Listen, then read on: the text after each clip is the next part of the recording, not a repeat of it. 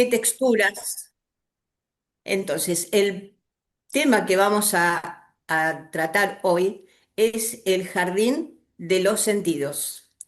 ¿Qué miradas, qué texturas, qué perfume, cuáles sabores, cuáles colores? Es decir, de qué forma se construye nuestro espacio. ¿De qué forma nosotros vamos a llegar a introducir modificaciones en un espacio que puede o no ser un jardín, un campo, puede ser un balcón, puede ser un patio, es decir, un lugar en el cual nosotros vamos a estar sintiéndonos, sintiéndolo a través justamente de todos estos aspectos de carácter sensorial. Cuando hacemos este planteo de cuál es el jardín natural, el jardín natural, este es un pequeño espacio donde libremente crecieron plantas, semillas, están todas mezcladas, están todas abiertas, están todas libres, no le pertenecen a nadie, solamente al pajarito que entró y hizo lo suyo, la semilla que voló. Esto es un jardín natural, en donde justamente hay en forma natural determinados colores, determinadas, nos suscitan determinadas sensaciones. Y la idea es de qué forma podemos reconstruir un espacio que se sienta natural, pero que no se vea artificial. ¿Qué es lo que tendremos en cuenta para generar esta sensación de libertad? ¿Para qué estimular estos sentidos que nos acompañan? En principio, el primero sentido es la visión. Usamos nuestros ojos para ver la naturaleza que nos rodea. La naturaleza está llena de cosas para observar. Como seres humanos, utilizamos la vista como nuestro sentido principal para descubrir el mundo natural que nos rodea. Podemos detectar las aves, los insectos, los mamíferos, las plantas, los colores, las texturas, justamente con la vista. Y acá me gusta introducir no solamente la conversación o esta relación con respecto a nuestros ojos, si vemos bien, si vemos con anteojos, sin anteojos, si vemos en colores, sino ubicarnos en cuál es la danza del otoño. Porque lo primero que vamos a tener en cuenta a través de nuestros ojos es el calor, perdón, el color. Esto involucra a más de un sentido. Si también mantiene un movimiento que se repite año tras año y que atraviesa mes a mes con particularidades diferentes, aún en la misma especie. Acá que nos está diciendo que el color involucra sí más de un sentido. El color no es solamente la vista, el color puede ser textura, el color es movimiento en la medida que va transcurriendo el año y mes a mes nos modifica, se va modificando, tiene una dinámica que le pertenece. Sensorialmente no es lo mismo determinada especie en una primavera que a los ojos luce de un verde estridente. Pasa a un otoño enrojecido para llegar al invierno sin poder ocultar su desnudez, con sus imperfecciones y sus texturas. Los colores de las plantas cambian a lo largo del año debido a la producción y degradación de tres grupos principales de pigmentos. A ver, acá quiero que pongamos el foco, chicas. Nosotros sabemos de colores y diseñamos con colores, diseñamos con plantas que son para sol, que son para sombra, pero no siempre vamos a hablar de este aspecto y es cuáles son los pigmentos que se activan en determinadas épocas del año y que le dan a nuestro paisaje, que le dan a nuestro jardín, balcón, patio, le dan una presencia, un perfil diferente y que le dan también inquietud, intensidad, según de qué estación estemos hablando, pero que también tiene que ver con qué es en definitiva lo que nos gusta, porque de pronto nos puede gustar un paisaje que no cambie, un espacio que se mantenga formal, tranquilo, organizado, que no me dé sorpresas. De pronto alguna flor, porque me gustó que tuviera flores, pero que no dé sorpresas.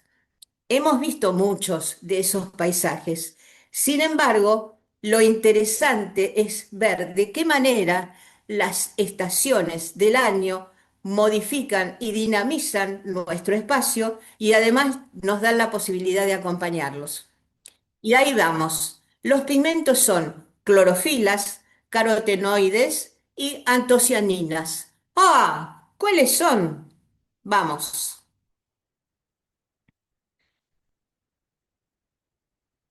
La clorofila.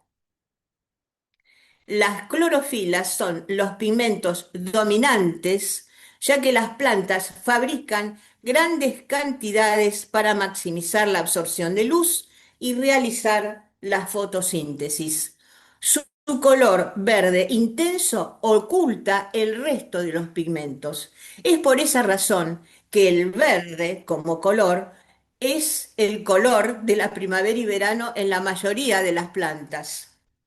Es ese verde casi chillón en algunas, sobre todo en aquellas que han renovado su follaje, es intenso, es brillante. Esto ocurre en la primavera. Durante el otoño e invierno y debido al acortamiento de los días y las bajas temperaturas, la planta deja de producir clorofila y la existente se degrada. Al desaparecer, revela el color de los otros pigmentos. Este es un juego como de cortinas, como de telones, como de obra en un teatro, donde sube y baja ese telón que pone de manifiesto determinados colores. Entonces, como pensamiento para conservar, clorofilas, color verde, época de predominancia en la mayoría de las plantas, primavera y verano. ¿Y ahí después qué pasa? Lo que ocurre es que se acortan los días. Estos son los dos fenómenos, ¿eh? Puede ser que no venga el invierno, es decir, que no haya demasiados días fríos, pero por el otro lado ya la luz no es la misma, con lo cual ocurre también este proceso en el cual la clorofila se va degradando y desaparece, revelando entonces los otros colores. Clorofilas está relacionado con el verde, con la primavera y el verano. ¿Cuáles son los carotenoides? Amarillo y naranja. ¿Se dan cuenta de lo que venimos haciendo? O sea, sin nombrar ninguna planta, por supuesto las que hemos puesto ustedes las reconocen, pero sin nombrar ninguna planta, estamos imaginándonos un espacio que en verano tendrá un color y en invierno o otoño tendrá otro color. Elijamos cuál es el que queremos. Antes de llegar al nombre de la planta, chicas, pensemos cuál es el perfil de la planta. Sol, sombra, verde, amarillo, naranja, azul. Entonces, los carotenoides están durante todo el año presentes en las hojas junto con la clorofila, pero el verde intenso los enmascara. Actúan como pigmentos accesorios para la fotosíntesis y protegen a la hoja del daño solar. Actúan como pigmentos accesorios para la fotosíntesis y protegen a la hoja del daño solar. Miren qué interesante, este color no lo vemos en verano, lo vamos a ver en el otoño-invierno, pero no es que no esté, está presente. La intensidad de la clorofila es la que lo oculta. ¿Y por qué o para qué está presente? ¿Cuál es la ventaja de que este pigmento exista en la planta, específicamente en la hoja? Acompaña la fotosíntesis, por supuesto, y además la protege. O sea que su función es otra.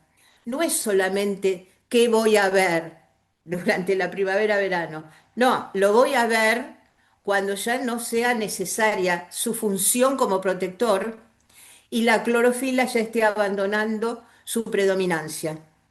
En el otoño, entonces, al degradarse la clorofila, estos pigmentos se hacen visibles, dando a las hojas sus característicos tonos amarillos, dorados y anaranjados. Ustedes me van a decir, bueno, hay plantas que tienen este color todo el año. Ok, sí, es así, pero estamos hablando de qué forma vemos en nuestro paisaje y podemos seleccionar para nuestro lugar en el mundo, en nuestro espacio verde, podemos seleccionar cuando la clorofila vaya perdiendo su potencia o su función, qué color quiero ver en las plantas que me rodean. ¿Cuáles son las antocianinas? Miren qué difícil.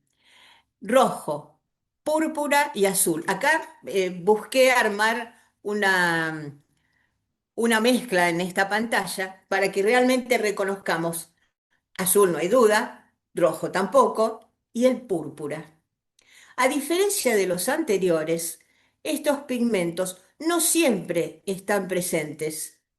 Se sintetizan durante el otoño a partir de los azúcares atrapados en las hojas y las noches frescas.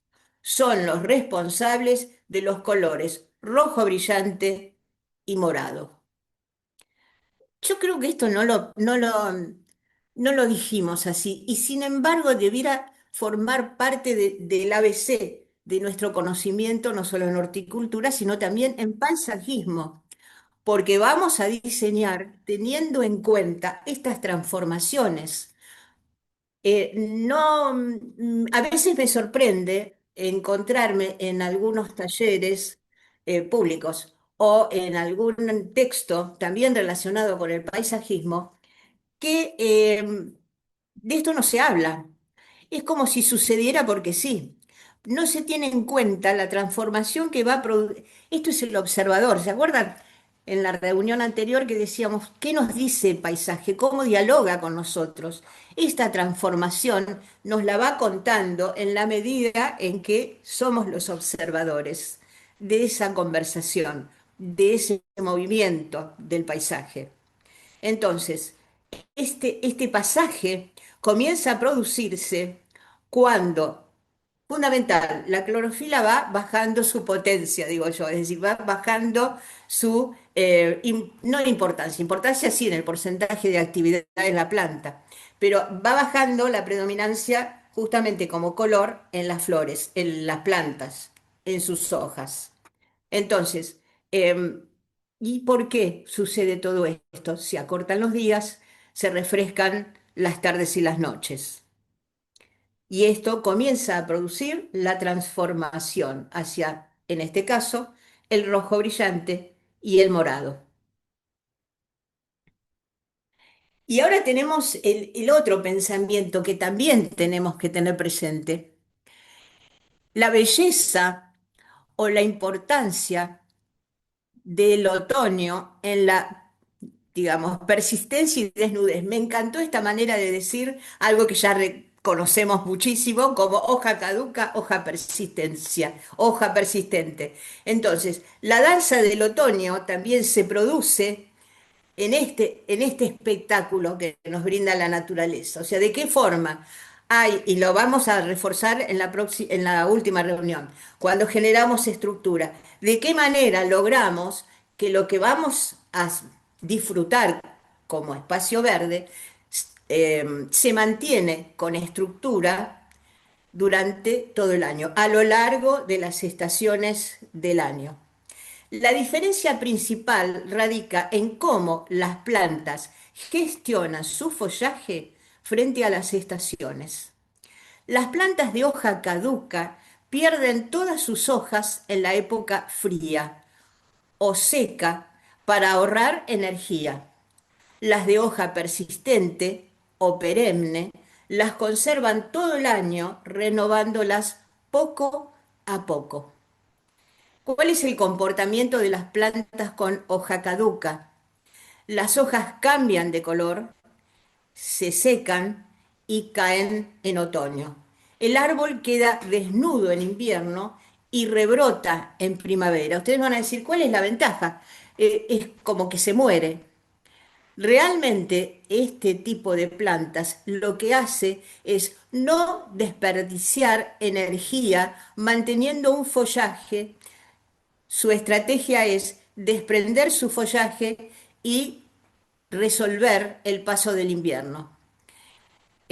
Podemos decir que más frías las zonas, más fácil se da este tipo de follaje.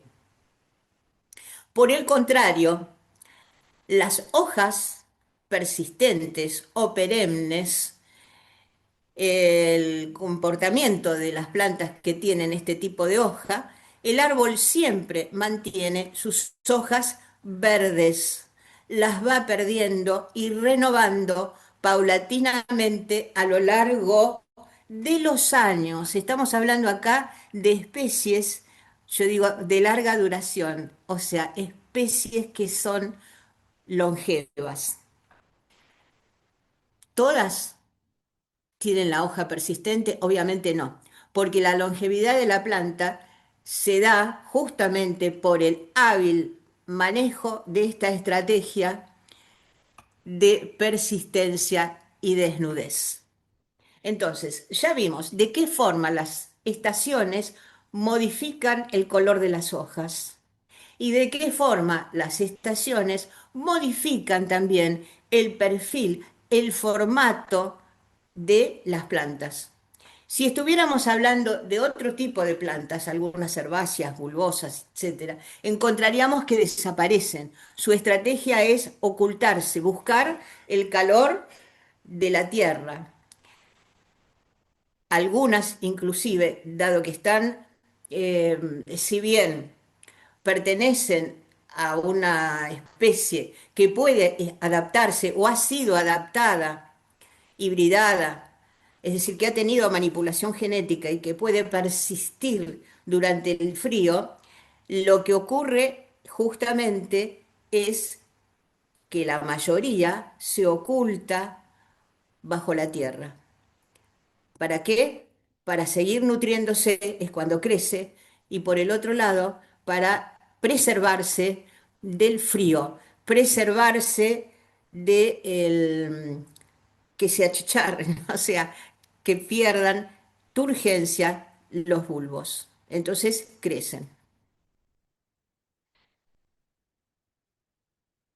Vamos a ver algunas estrategias de plantación. Y ustedes van a decir, Estela Maris, ¿de qué estamos hablando? Y estamos hablando de paisajismo. Estamos hablando de construir ese ABC para generar, para crear un paisaje exitoso.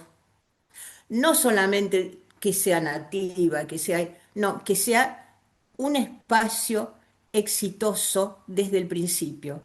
Que el esfuerzo que no solo en tiempo, sino también en dinero, lleva a construir un paisaje para nosotros o para otros, sea exitoso.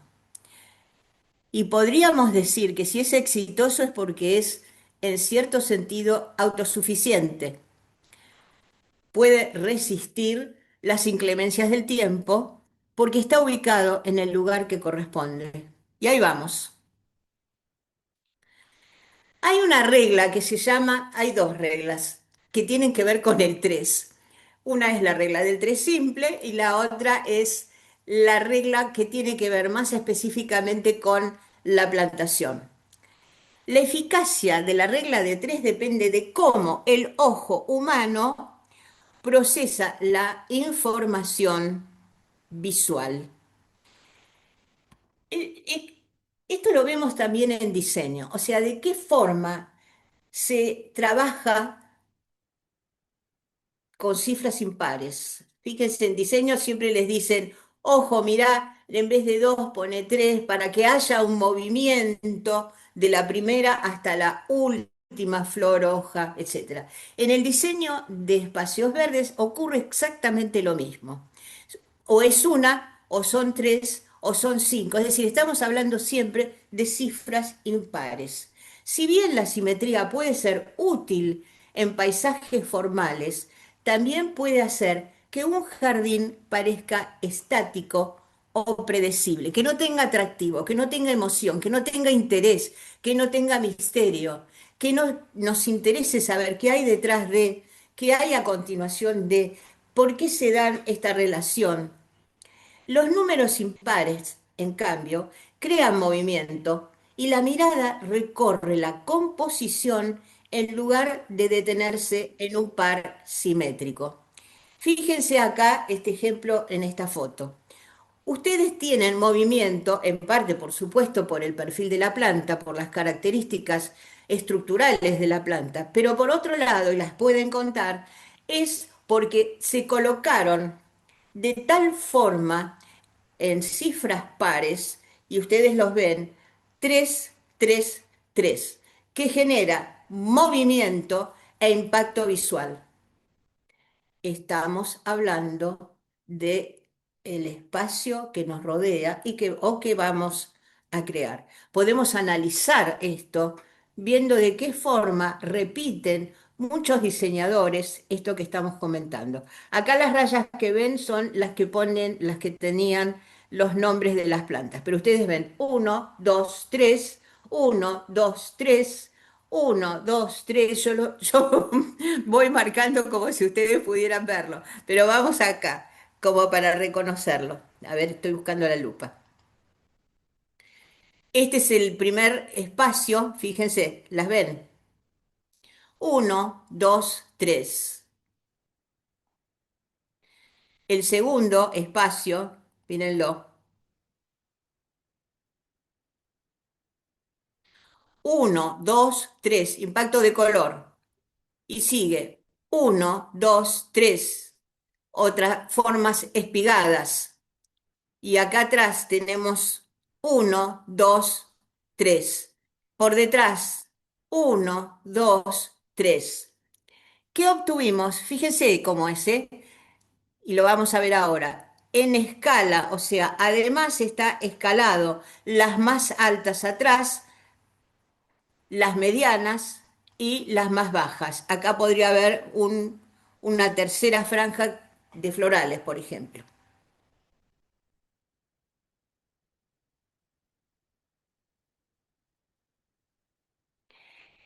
También se aplica la regla de tres en alturas.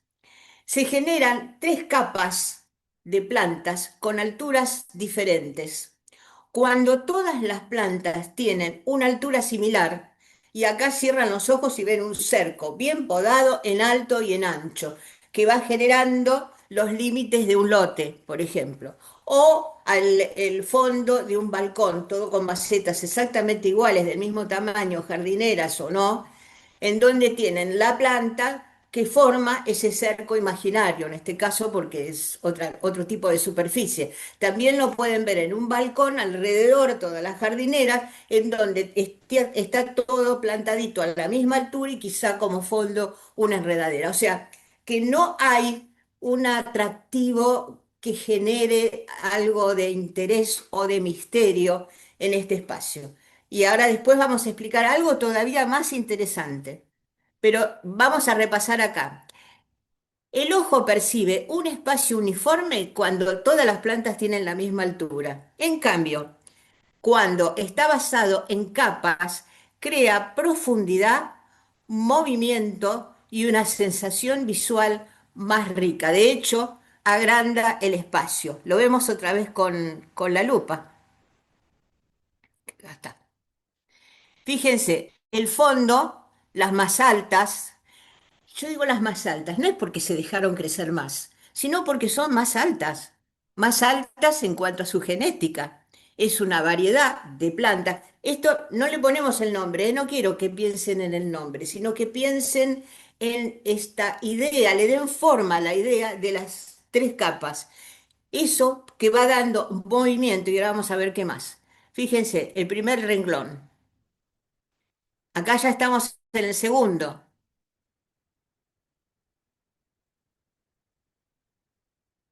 Y acá pasamos, bueno, no, no era para ahí, era para el otro lado.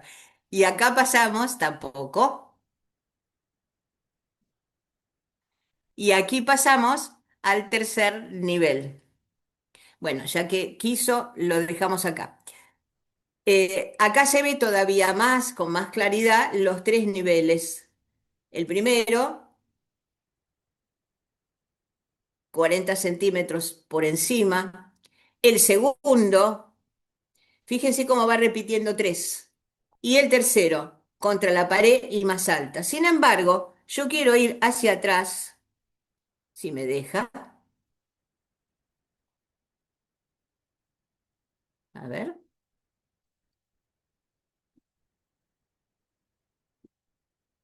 bien,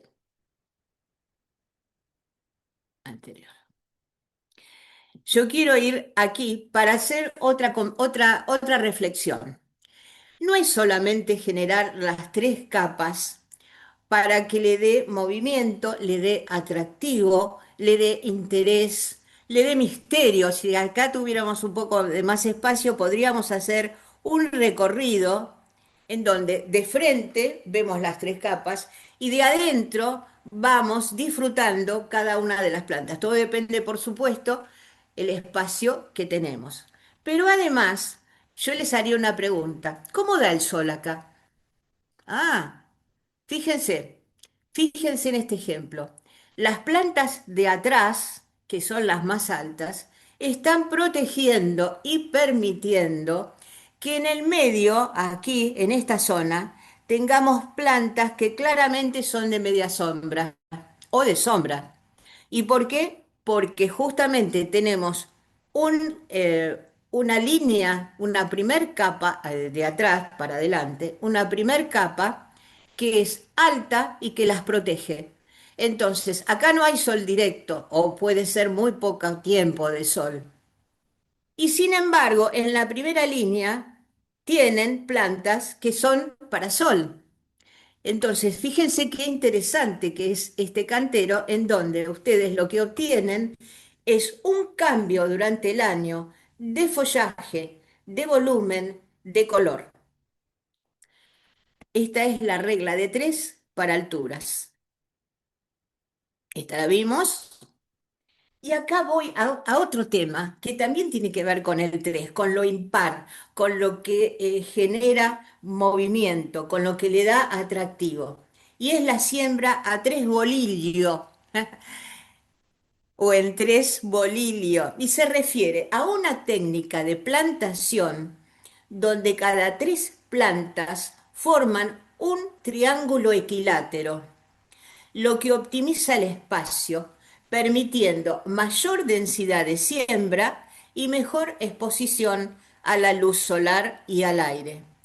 Los principales beneficios son maximizar el uso del espacio y la cantidad de plantas, mejorar la aireación y el acceso a la luz para cada una y crear un microclima que reduce la evaporación y la erosión. Es parte de lo que habíamos dicho antes, en donde lo que estamos haciendo es generar una mata, generar en la reproducción de plantas o en la localización de plantas un movimiento que a su vez es protección. Ojo, lo que acabamos de decir sirve para armar un cantero completo o sirve para armar un punto focal en donde el círculo de atrás, o sea, esta posición, corresponde a la planta más alta. Eventualmente pueden pensar en una maceta alta. Esta posición corresponde a una planta o maceta de altura media y la primera corresponde a una maceta o en general serían florales en el espacio de adelante y más bajo. Entonces, este tipo de estrategia de plantación es lo que permite y le da atractivo a nuestros jardines. Acá lo ven como como distribución de la plantación. Triángulo equilátero, todos sus lados son iguales, ¿sí? Entonces, de aquí a aquí puede haber 1 metro, 2 metros, 3 metros, pero también va a ser la misma distancia entre el otro vértice de este triángulo. Los lados son iguales, 1 metro, 2 metros, 3 metros. ¿Qué quiere decir esto? Que fíjense si acá estuviéramos hablando de un espacio de 1 metro y estamos plantando no solo árboles, no solo arbustos, sino y especialmente florales, pueden ser 30 centímetros y vamos a obtener un macizo que no es una plantita al lado de la otra y una plantita al lado, sino dos plantas y una tercera en el espacio entre ambas. Esto es muy interesante, este esquema de plantación, esta estrategia de plantación.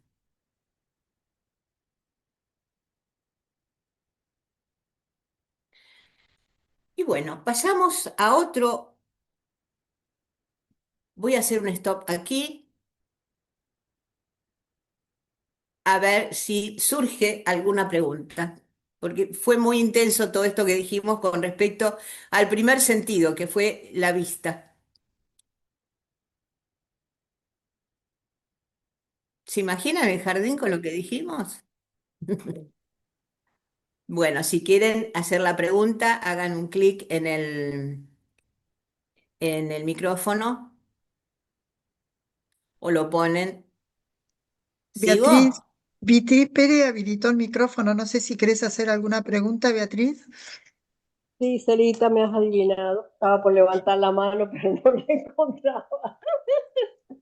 Ya me pareció muy interesante todos, ¿no? Pero en especial, no, la plantación esa de tres.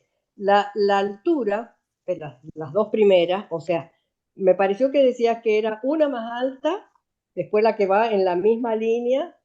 Primero una sola y adelante van dos, ¿no es cierto? Esa plantación que acabas de decir, última, del triángulo. Ah, no, ahí, te aclaro. Sí. Esto está planteado como para que las tres sean iguales. Ah, bien, Si bien. vos, a ver, por eso me parece muy interesante tu pregunta y te digo por qué. Una cosa es cuando ves el cantero de perfil y ves la altura, yo hago todo esto y espero que lo vean, ves la altura, o sea, que está atrás, en el medio y abajo. Si vos lo que querés es expresar volumen, que sea un cantero de 5 metros por 3, entonces vos lo que vas a hacer son estas tres capas, pero lo que vas a poner para que cada planta tenga su fortaleza como especie, vas a poner tres. ¿En qué distancia? Así, con este triángulo equilátero. En el segundo vas a hacer igual, tres plantas, y en el otro, tres plantas. Ahora, la alternativa que dijimos también, y para no mezclar, que vos podés tener un espacio más chico. Entonces, para darle interés a ese espacio más chico, vas a utilizar el mismo esquema, la planta más alta atrás, la planta mediana en el medio y la otra hacia adelante. Vas a armar el triángulo equilátero con, si estás pensando en diseño, lo verías. O sea, vas a recorrer a esas tres plantas, especies o flores con un movimiento. O sea, Bien, desde el primero va hasta el último y vuelve a empezar. Solo lo lográs con esta estrategia de plantación. ¿Sí? bien. Sí, gracias, gracias. Gracias. Bueno, ¿alguna otra pregunta? Seguimos entonces.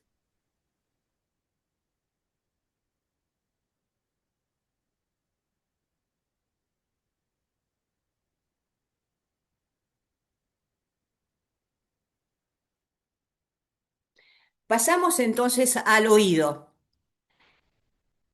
Estamos hablando del jardín desde los sentidos. ¿De qué forma cada uno de estos sentidos le da, le aporta o nos da justamente la satisfacción de nuestro lugar en el mundo? Usamos nuestros oídos para escuchar los sonidos. La naturaleza es el mejor compositor musical, ya sea que estemos escuchando el canto de los pájaros, las gotas de lluvia en los charcos, el viento que hace crujir los árboles o el zumbido de los insectos, usando solo nuestros oídos. Sabemos que la naturaleza está a nuestro alrededor. Y antes de terminar ahora estos ejemplos que les voy a mostrar, cierren los ojos e imagínense. Quiero que lo escuchen. Maravilloso ruido del otoño. Para no perdérselo. Y, o sea, es el otoño, ya casi el invierno, trabajando en función de que, del sonido. Es sentir esas hojas con una función adicional. ¿Para quién? ¿Para la planta? Sí, por supuesto, porque si no la levantamos, va a seguir alimentando, le va a devolver a la tierra lo que le quitó para nacer. Entonces, pero para nosotros, para el que la disfruta con nuestros oídos, esta sensación es maravillosa, no es inquietante, al contrario, es que se nos desliza a través de los pies toda esa inquietud, toda esa tensión. Vuelven a cerrar los ojos. Vamos. Quiero que lo escuchen. Ahí acá. Quiero que lo... Y ahí va. Elijan dónde están. Pero es agua corriendo. Es un río, es un lago, es una fuente, es una caña. Es un diseño muy particular, pero es agua para nuestros oídos.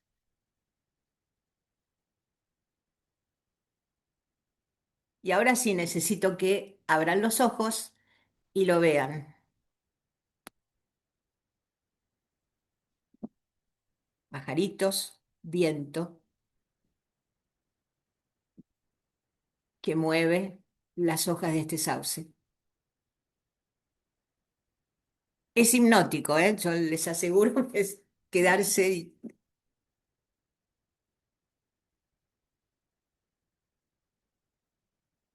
nuestros oídos en el paisaje que nos rodea. Olfato. Usamos nuestra nariz para oler aromas en el aire. Los olores son pistas de lo que nos rodea. Una cocina con un exquisito plato inolvidable. Bueno, sí, pero acá estamos hablando del jardín. Es posible descubrir una flor, acá dice un apestoso chinche disgustado, o incluso las hojas en descomposición en el suelo del bosque, con tan solo usar nuestras narices. A ver. Mm. Eh, por supuesto que no lo siento realmente, pero en esta imaginación ver este campo es maravilloso y sentir o imaginarnos su perfume. El jazmín. Ustedes están ahí en un lugar donde hay este jazmín o algún otro jazmín en su esplendor y realmente se sienta, alguno puede que no le guste, pero se sientan, cierran los ojos. Y es como vivificante, o sea, se renueva desde el adentro. El eucalipto, ¿eh? El eucalipto no es solamente en té quemado, no, no, ustedes pasean por un lugar donde hay un eucalipto y sobre todo los jóvenes que tienen la hoja redondita y ese perfume es inolvidable. ¿Y cómo se llama esta amiga? Ah, si la tocan es ruda, Duda. se hace notar. Pasamos a otro sentido que es el gusto.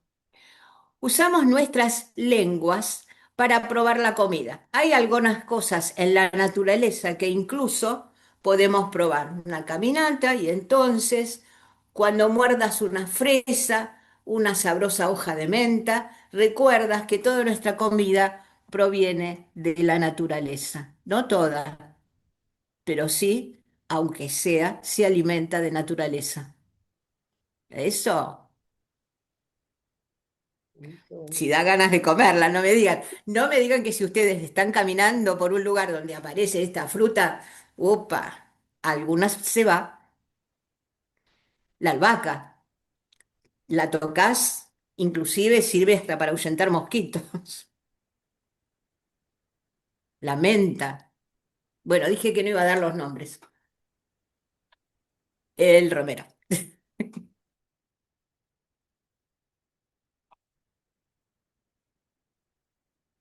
El tacto es otro sentido que tiene que ver con nuestra piel para sentir texturas en la naturaleza.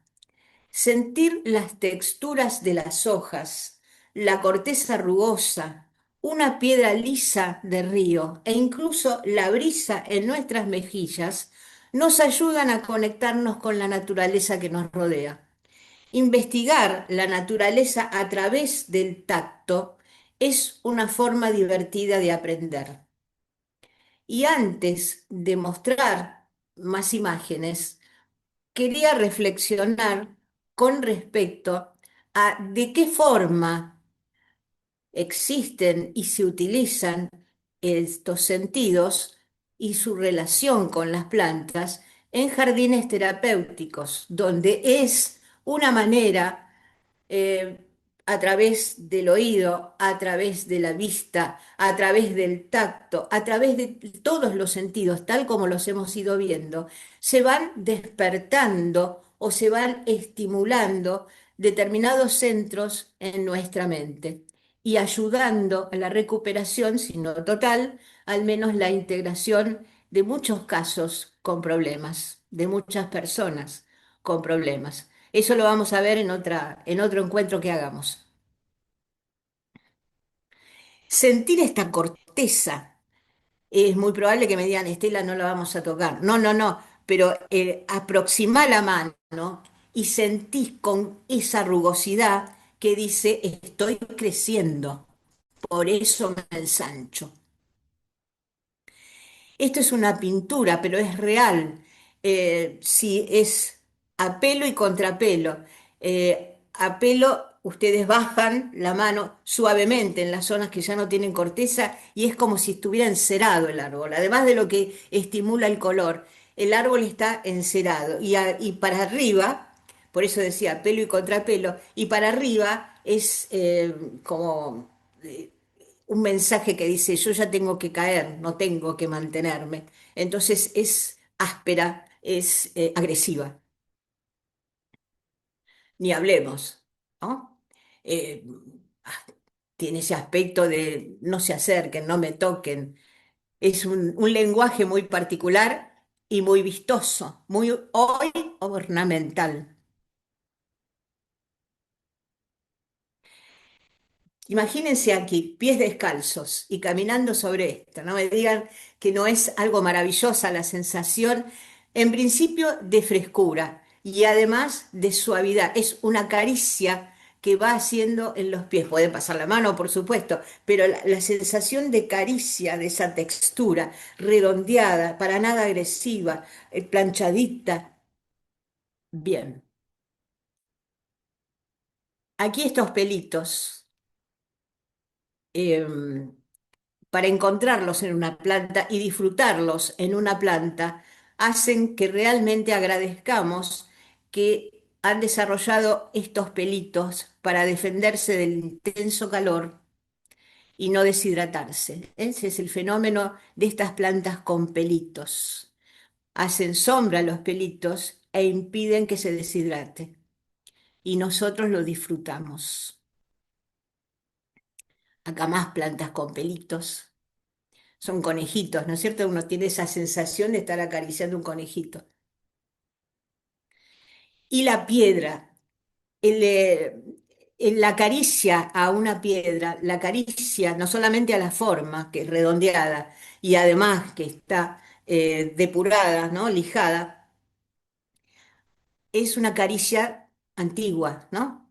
De milenios, que da la sensación, además de la redondez, da la sensación de estar acariciando vejez, longevidad, sapiencia, sabiduría. La entrada de una casa así, toda texturada, texturada en ladrillo, el color no solo esperado en las flores, sino también en las puertas, o sea, tener también la entrada de una casa para los sentidos. Y bueno, vamos llegando al fin y nos vemos en el próximo encuentro.